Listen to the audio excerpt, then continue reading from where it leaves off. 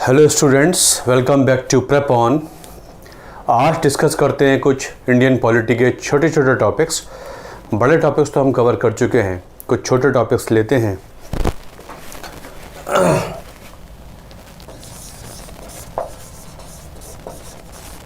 Election commission, article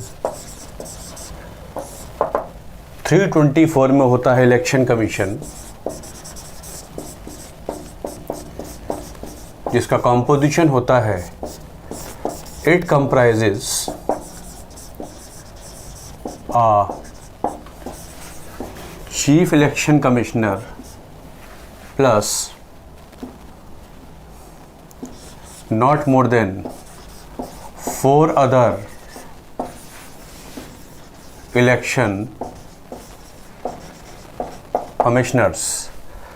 election commission में एक होता है CEC chief election commissioner plus not more than 4 other election commissioners. का मतलब है इससे कम हो सकते हैं, ज़्यादा नहीं हो सकते। राइट नाउ 2 हैं, इस समय 2 हैं, मतलब मैक्सिमम हो सकते हैं 5 लोग। फ़िलहाल 2 ही हैं, एक होते हैं CEC, उनके अलावा 2 होते हैं election commissioners. All of them are appointed by the president. इनको अपॉइंट करते हैं राष्ट्रपति for a tenure of 6 years or till the age of 65 years, whichever is earlier। 6 साल रहेंगे या 65 साल तक रहेंगे, जो पहले हो जाए वो काउंट हो जाएगा। Before that all of them may resign to president or may be removed। 5 साल से पहले ये हटाए जा सकते हैं राष्ट्रपति द्वारा। दे मे बी रिमूव्ड और they may resign by writing to the president. राष्ट्रपति को लिखकर ये अपना इस्तीफा भी दे सकते हैं।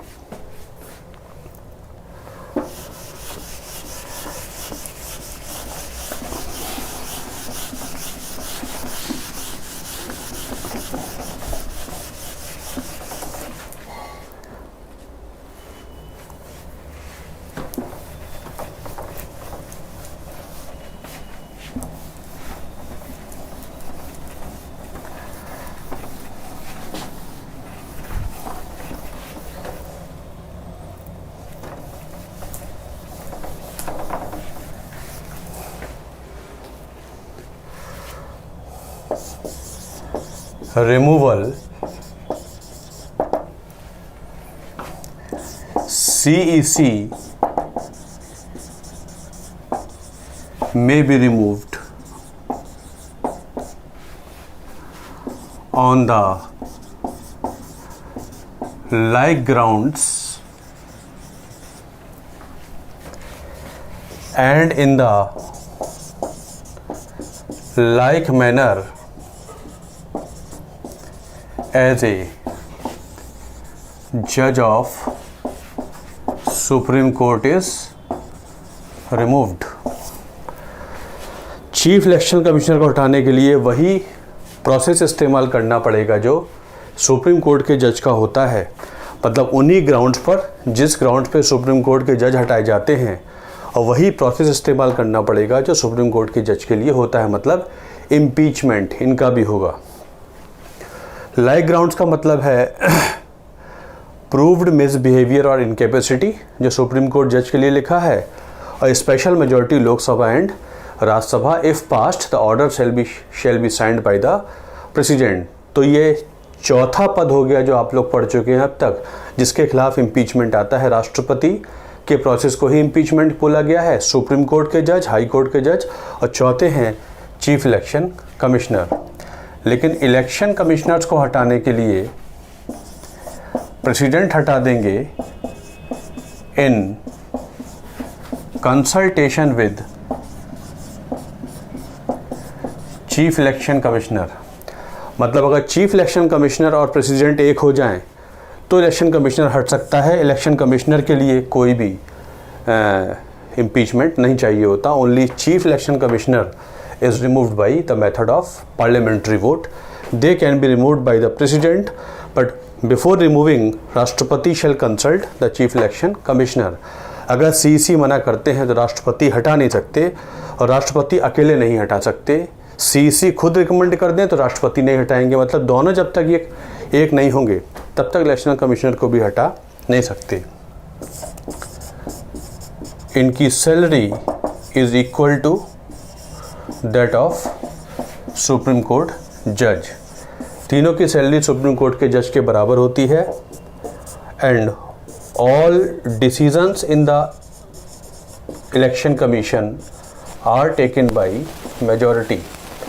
कहने का मतलब है चीफ इलेक्शन कमिश्नर को कोई प्राथमिकता है, प्राइमेसी है, ऐसा नहीं है। तीनों में से जो दो कह देंगे वही फैसला हो जाता है इलेक्शन कमिश्नर का। मतलब इलेक्शन कमिश्नर एक तरफ हो जाएं तो सीईसी की बात पीछे रह जाती है। उसे चलाने के लिए ये चीफ इलेक्शन कमिश्नर चेयरमैन है, अदरवाइज़ तीनों एक ही लेवल के माने जाते हैं। तो ये कॉम्पोजिशन होता है, रिमूवल होता है और सैलरी वगैरह होती है इलेक्शन कमीशन की और कमिश्नर्स की, और कॉम्पोजिशन है उसका। अब देखते हैं कि इलेक्शन कमीशन के फंक्शंस क्या हैं। What are the functions of election commission. Election commission क्यों होता है, क्या उसका मेन फंक्शन है। What is the main function of election commission.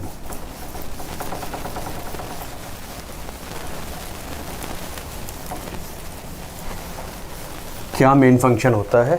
So functions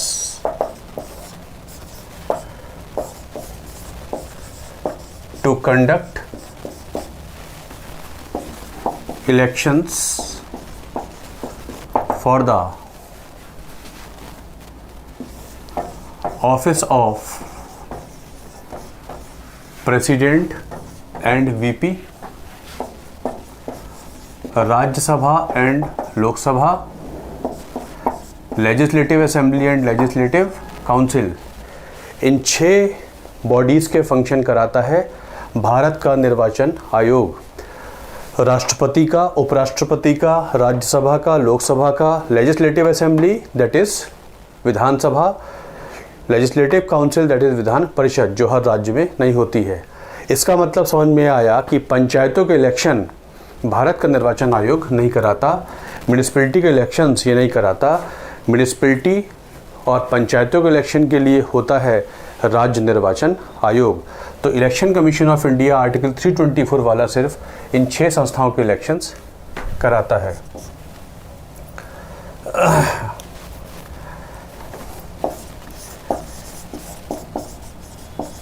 इसकी दूसरी ड्यूटी है कि ये मतदाता सूची बनाता है और इशू करता है वोटर आई कार्ड। मतदाता सूची बनाने का काम इलेक्शन कमीशन का है। ये इलेक्टोरल रोल्स प्रिपेयर करता है। It decides and monitors election expenditure. ये इलेक्शन एक्सपेंडिचर को एक लॉ के तहत पावर है, वहाँ पर ये मेंशन कर देगा और फिर ये देखता है कि उतना ही पैसा, जो लिमिट है उससे ज़्यादा पैसा खर्च नहीं होना चाहिए। Imposes model code of conduct during elections के दौरान जो मॉडल कोड ऑफ कंडक्ट होता है उसको ये इम्पोज करता है और मॉनिटर करता है कि कोई भी मॉडल कोड ऑफ कंडक्ट का वायलेशन ना करे। ये देखता है।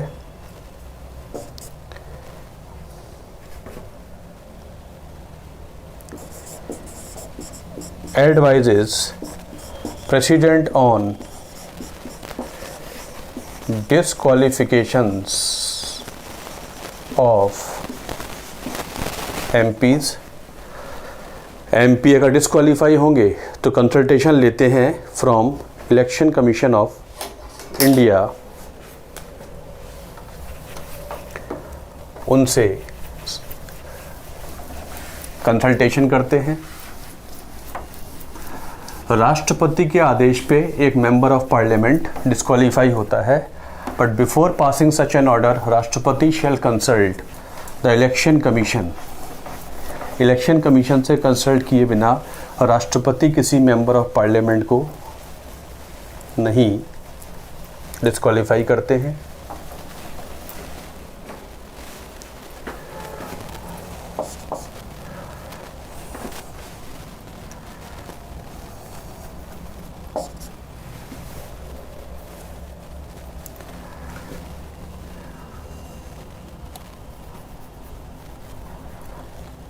एक होता है डिलिमिटेशन कमीशन, एक होता है डिलिमिटेशन कमीशन, परिसीमन आयोग। परिसीमन आयोग जब कॉन्स्टिट्यूंसी बनाता है तब इलेक्शन कमीशन की सहायता से बनाता है।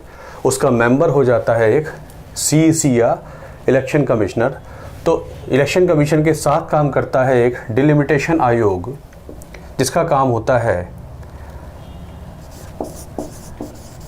डिमार्केशन ऑफ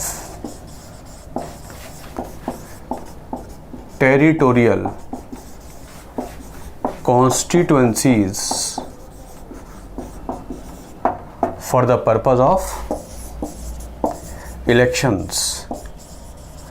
मतलब देश को निर्वाचन क्षेत्रों में बांटने का काम इलेक्शन कमीशन नहीं करता, एक परिसीमन आयोग करता है। और परिसीमन आयोग के मेंबर इलेक्शन कमिश्नर या कमिश्नर होते हैं, वो सहायता करते हैं। इस तरीके से देश को बांट दिया जाता है कि ये लोकसभा निर्वाचन क्षेत्र है, ये विधानसभा निर्वाचन क्षेत्र है। तो इसको बांटा जाता है, इस प्रोसेस को कहते हैं परिसीमन। और ये करता है एक परिसीमन आयोग, इलेक्शन कमीशन की सहायता से डिलिमिटेशन किया जाता है।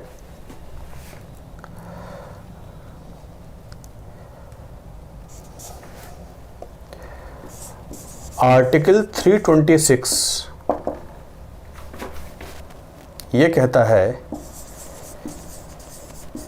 कि इलेक्शंस होंगे on the basis of adult franchise and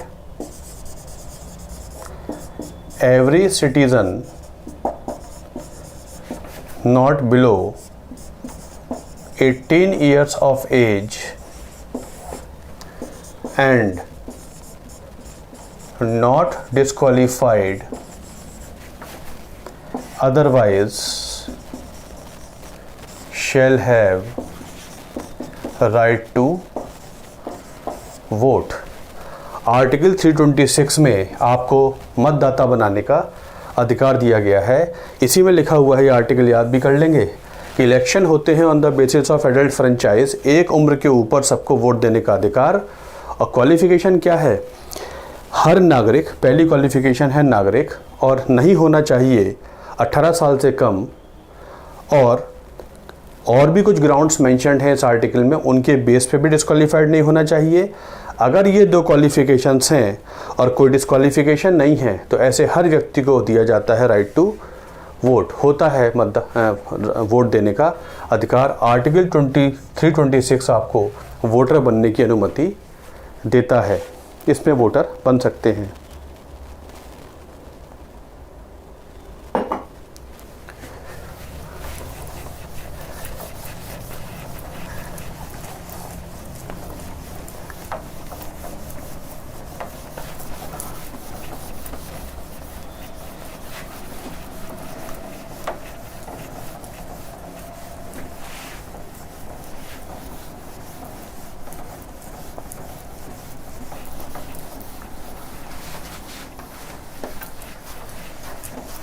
duster से साफ ही नहीं होता ये।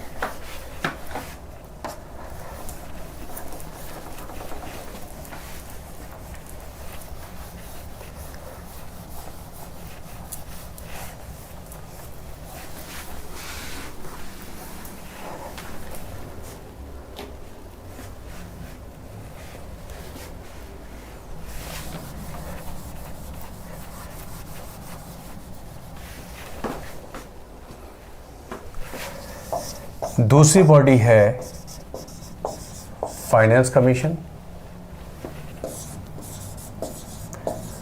आर्टिकल 280 में होता है finance commission.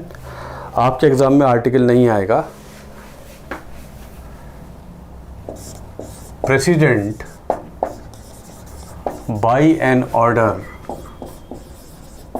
Appoints a finance commission. राष्ट्रपति आर्टिकल 280 में एक ऑर्डर जारी करते हैं जिससे वित्त आयोग अपॉइंट हो जाता है। कॉम्पोजिशन ऑफ वित्त आयोग comprises a chairman and 4 other members। एक होते हैं चेयरमैन, उनके अलावा होते हैं 4 और मेंबर्स हाई कोर्ट के जज, रिटायर्ड हो सकते हैं, सिटिंग हो सकते हैं, या हाई कोर्ट के जज बनने योग्य हैं वो हो सकते हैं। कोई नोटेड इकोनॉमिस्ट हो सकते हैं, या फिर one who has very good knowledge of accounts. और चेयरमैन वो हो सकते हैं जिनको वाइड नॉलेज हो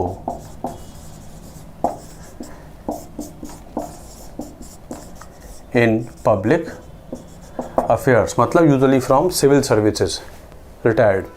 ये सब मिलके बनाते हैं एक वित्त आयोग। दे ऑल क्रिएट, और ये सब मिलके एक वित्त आयोग बना लेते हैं। वित्त आयोग का फंक्शन क्या होता है? To give advice to president. वित्त आयोग राष्ट्रपति क्यों अपॉइंट करते हैं? इसलिए अपॉइंट करते हैं कि वित्त आयोग राष्ट्रपति को एडवाइस देता है regarding distribution of taxes between union and states. Central government और राज्यों के बीच में टैक्सेस का बंटवारा कैसे हो, उसका आधार क्या हो, ये सबसे इम्पॉर्टेंट फंक्शन है फाइनेंस कमीशन का। यही एग्जाम में आता है। On the recommendation of which of the following commissions that the taxes are divided between union and states. तो आपका आंसर होगा फाइनेंस कमीशन। आरबीआई नहीं, पार्लियामेंट नहीं, इट इज़ फाइनेंस कमीशन।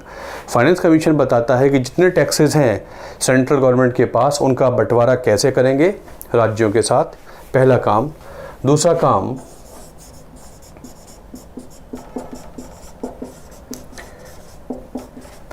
राज्यों को जो अनुदान दिए जाते हैं, ग्रांट्स इन एड जो दिए जाते हैं, इनका आधार क्या हो?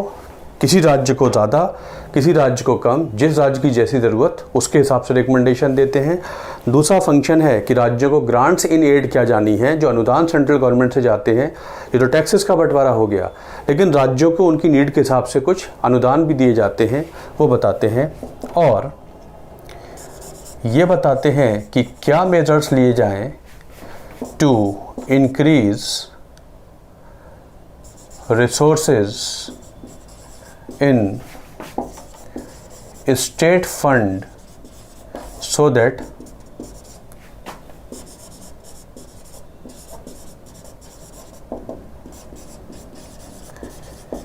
समझिएगा इसको। तीसरा फंक्शन होता है, ये बताते हैं कि क्या मेजर्स लें राज्य सरकारें, क्या मेजर्स लिए जाएं ताकि राज्यों के खजाने में पैसा बढ़ जाए, ताकि राज्य ज़्यादा पैसा दे पाए किसको? पंचायतों और म्यूनिसिपैलिटीज़ को। तो किस तरीके से राज्यों में कलेक्शन ज़्यादा बेहतर हो, कैसे वहाँ का टैक्स सिस्टम इम्प्रूव करें ताकि राज्य सरकारें भी ज़्यादा पैसा दे पाएँ पंचायती राज बॉडीज़ को।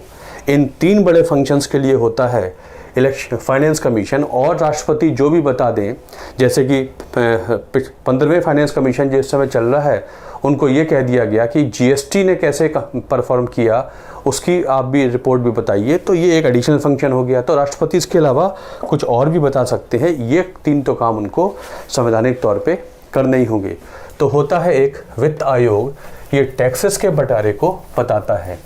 केंद्रीय वित्त आयोग और फाइनेंस कमीशन हुआ करता है एक वित्त आयोग।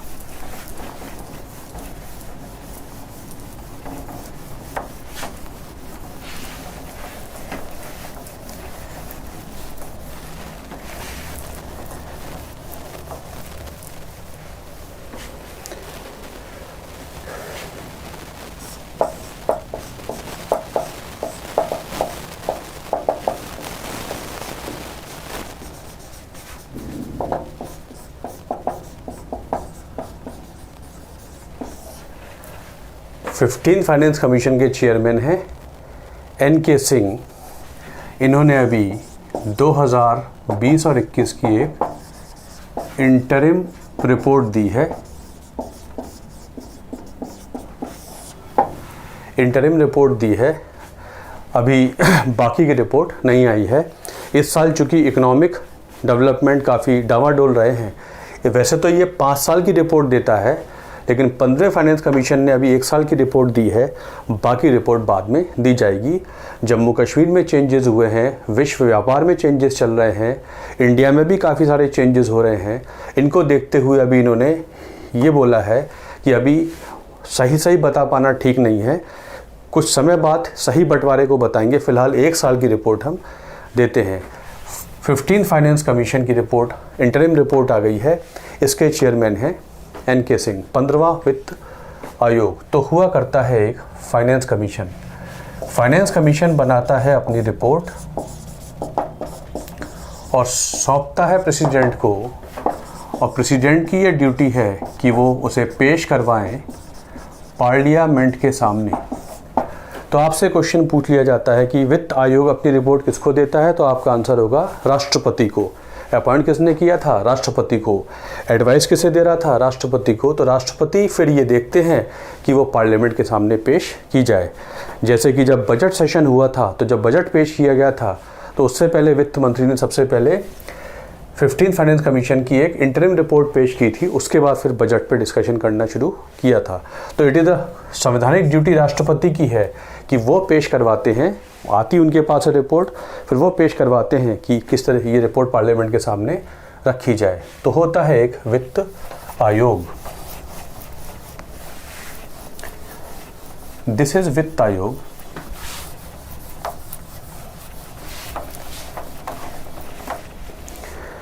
ऐसे ही होता है एक पद attorney general of India. Article 76 में होता है any person eligible to become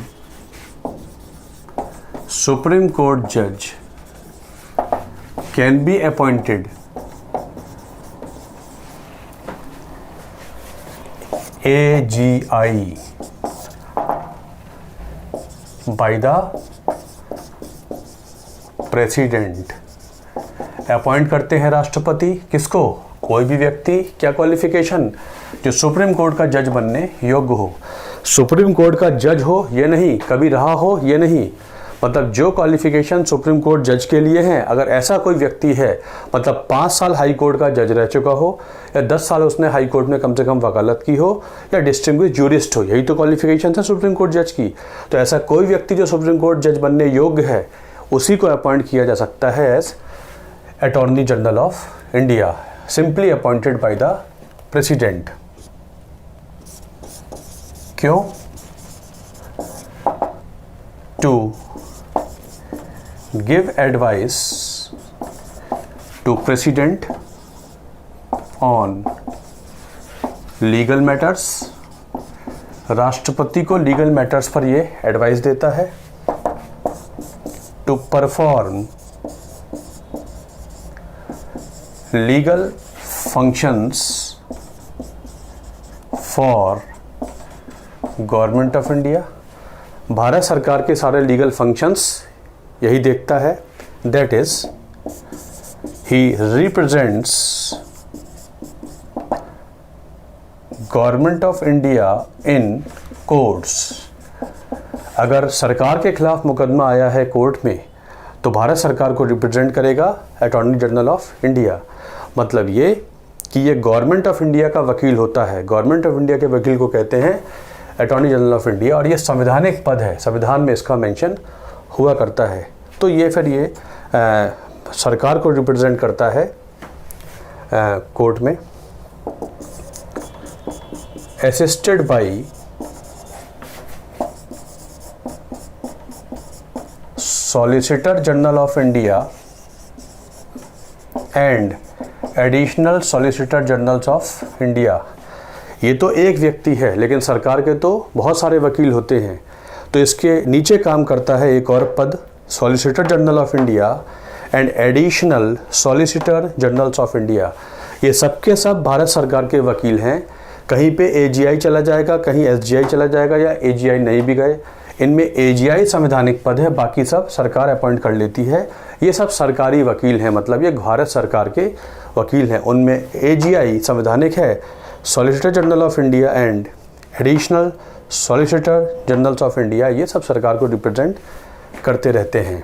इनका काम सरकार के लीगल कामों को करना है।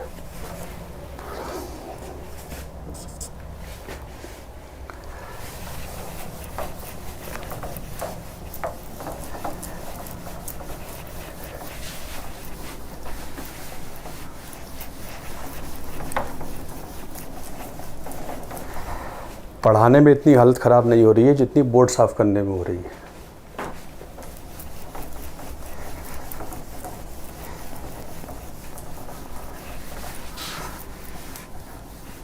ये बोर्ड तो ऐसे हो गया जैसे बोर्ड का इम्तहान होता है।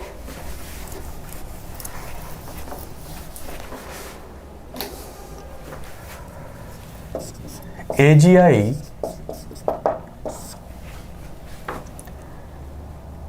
No fixed tenure in the constitution. संविधान में इसका कोई फिक्स्ड टेन्योर नहीं होता। मे रिजाइन टू प्रेसिडेंट और मे be removed by the president. अगर इसको इस्तीफ़ा सौंपना है तो राष्ट्रपति को सौंप देगा, या राष्ट्रपति कभी भी इसे हटा सकते हैं। ये कभी भी अपॉइंट हो सकता है, कभी भी इसको हटा सकते हैं। He can participate in the proceedings of parliament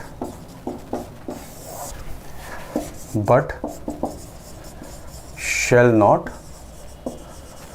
vote। सबसे इम्पॉर्टेंट पॉइंट यही है। ये इकलौता नॉन मेंबर है, मतलब खास संविधान के तौर पर, जिसको पार्लियामेंट में ऐसे काम करने का अधिकार है जैसे कि मेंबर ऑफ पार्लियामेंट है, लेकिन क्योंकि ये मेंबर नहीं है इसलिए वोट देने का अधिकार नहीं है। सबसे ज़्यादा ये पूछा जाता है कि he is the one who can participate in the parliament like an MP, but he never has right to vote because he is not a member. Only members have right to vote. Members को ही right to vote होता है। ये होता है attorney general of India. Mister K Venugopal is the present attorney general of India. Tushar Mehta is solicitor general of India.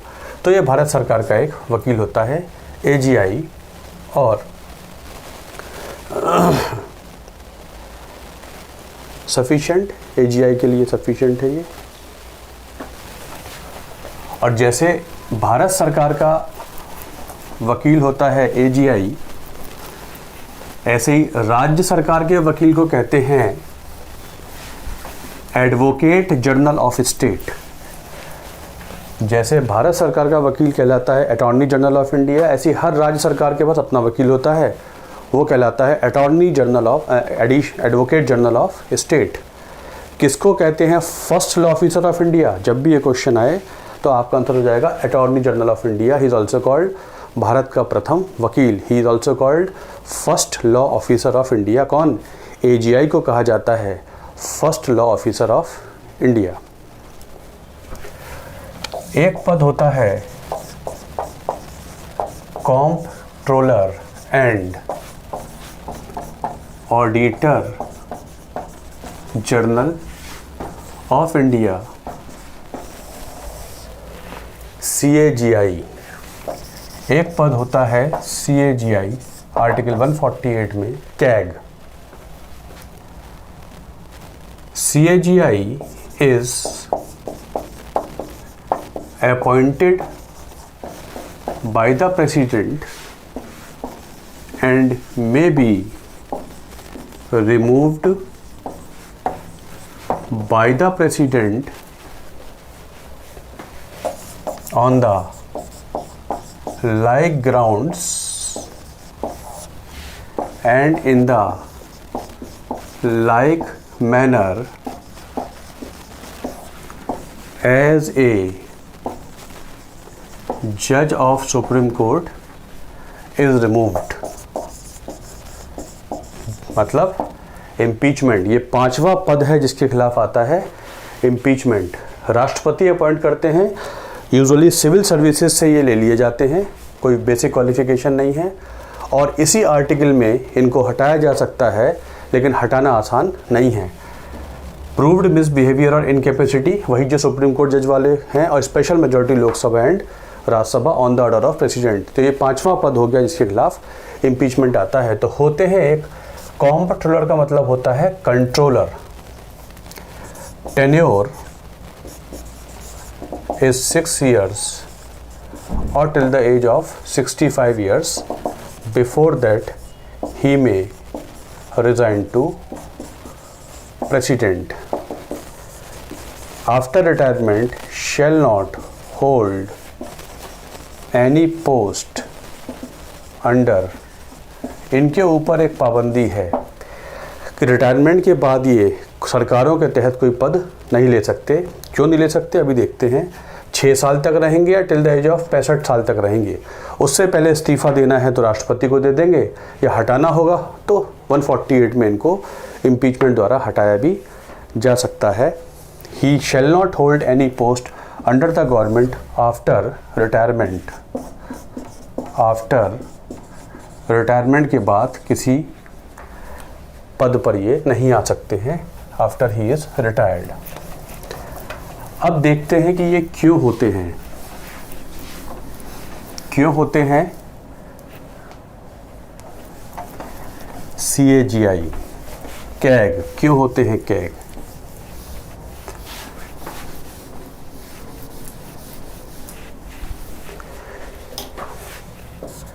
इनका function है to audit all accounts of governments and their agencies। जितनी भी सरकारें हैं, केंद्र और राज्य, सभी सरकारों और सरकार से संबंधित जितनी एजेंसीज हैं, उन सब के खातों का ये ऑडिट करते हैं कि खर्चा सही हुआ या नहीं हुआ। prepares reports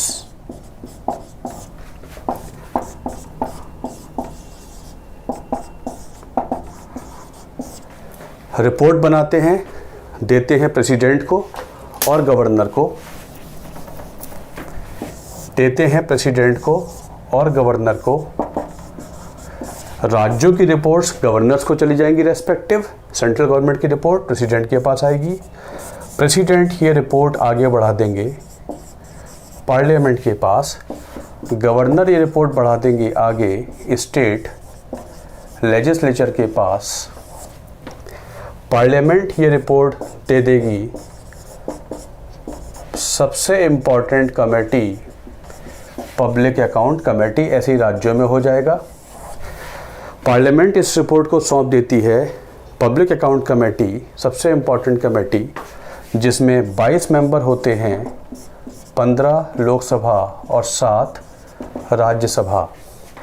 PAC, तो क्वेश्चन पूछा जाता है कि CAGI की रिपोर्ट कौन सी पार्लियामेंट्री कमेटी देखती है, तो आप बोलेंगे पब्लिक अकाउंट कमेटी। पब्लिक का पैसा कैसे खर्च हुआ, जनता का पैसा कैसे खर्च हुआ, रिपोर्ट बना के लाएंगे CAGI, लेकिन उसकी स्क्रूटनी कौन करेगा, मेंबर्स ऑफ पार्लियामेंट। इसे कहते हैं most important financial committee, oldest financial committee, public account committee. 22 members होते हैं, 15 लोकसभा से, 7 राज्यसभा से। यही चेक करती है कि सरकार ने पैसा कैसे खर्च किया। इसका चेयरमैन हमेशा ऑपोजिशन पार्टी से होता है, ये आपको याद रखना है। पब्लिक अकाउंट कमेटी का चेयरमैन हमेशा ऑपोजिशन पार्टी से होता है, क्योंकि ये गवर्नमेंट के खर्चे को चेक कर रहा है, इसलिए इसका चेयरमैन रूलिंग पार्टी से नहीं हो सकता, हमेशा अपोजिशन पार्टी से कोई हो जाएगा। PAC का चेयरमैन हमेशा अपोजिशन पार्टी से होगा और ये चेक करेगा कि जो सरकार ने पैसा खर्च किया है वो रिपोर्ट फिर आगे आएगी, फिर PAC की रिपोर्ट पार्लियामेंट में डिस्कस हो जाएगी, सीधे CAG की रिपोर्ट डिस्कस नहीं होती है। तो सबसे इम्पॉर्टेंट कमेटी होती है public account committee, parliamentary committee.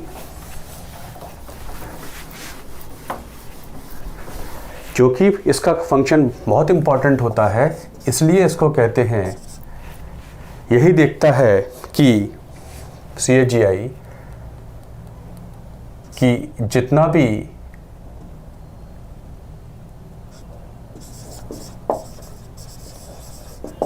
Budget allocations हैं, या आप ऐसे लिख लीजिए, आपके लिए ये सही रहेगा, आसान, कि जितने भी गवर्नमेंट के एक्सपेंसेस हैं वो as per allocation by parliament है या नहीं है। यही देखते हैं कि पार्लियामेंट ने पैसा सैंक्शन किया नहीं किया, बजट पास कराया आपने, अगर बजट पास कराया है तो खर्चा आपका ओके है।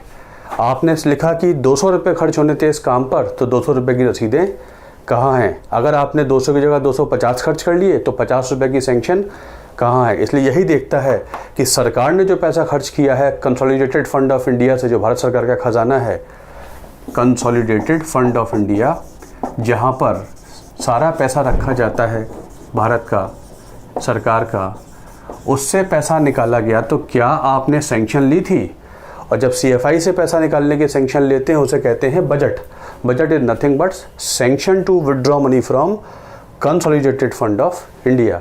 तो ये चेक करता है कि जो पैसा है वो लॉफुली सैंक्शन होना चाहिए, वही निकाल के लाता है। ये आपने खर्चा किया, ये रसीदें, इसका मतलब खर्चा सही दिख रहा है। जहाँ मिसमैच होता है तो ये बता देता है कि सरकार ने यहाँ पर गड़बड़ की है। क्योंकि ये काम करता है इसलिए इसको कहते हैं गार्जियन ऑफ पब्लिक पर्स, जनता के पैसे का रखवाला कहलाता है। इसे कह देते हैं गार्जियन ऑफ पब्लिक पर्स, या बहुत पॉपुलरली कहते हैं friend, philosopher and guide of public account committee. ये बहुत पॉपुलर है। ये रिपोर्ट किसके लिए बना के लाता है, PAC के लिए, पब्लिक अकाउंट कमेटी के लिए, इसलिए इसे कहते हैं friend, philosopher and guide of public account committee. इसलिए इसे कह देते हैं eyes and years of public account committee. ये PAC का क्या है, प्रहरी है, आइज एंड ईयर्स है, ये इसके लिए इस्तेमाल किया जाता है। This is the comptroller and auditor general of India. इसका राज्य में काउंटर पार्ट नहीं होता, क्योंकि राज्यों के खजाने खर्चों को भी यही चेक करता है। ऑडिट करने वाली सबसे बड़ी बॉडी इकलौती CAGI होती है, और ये पूरे देश के खर्चों को ऑडिट करते हैं। These are 4 important institutions in the constitution, और भी हैं, हम देख लेंगे छोटे छोटे। ये 4 बहुत इंपॉर्टेंट होते हैं। तो चलिए आज यही रोकते हैं। Thanks a lot for watching this video. Thank you.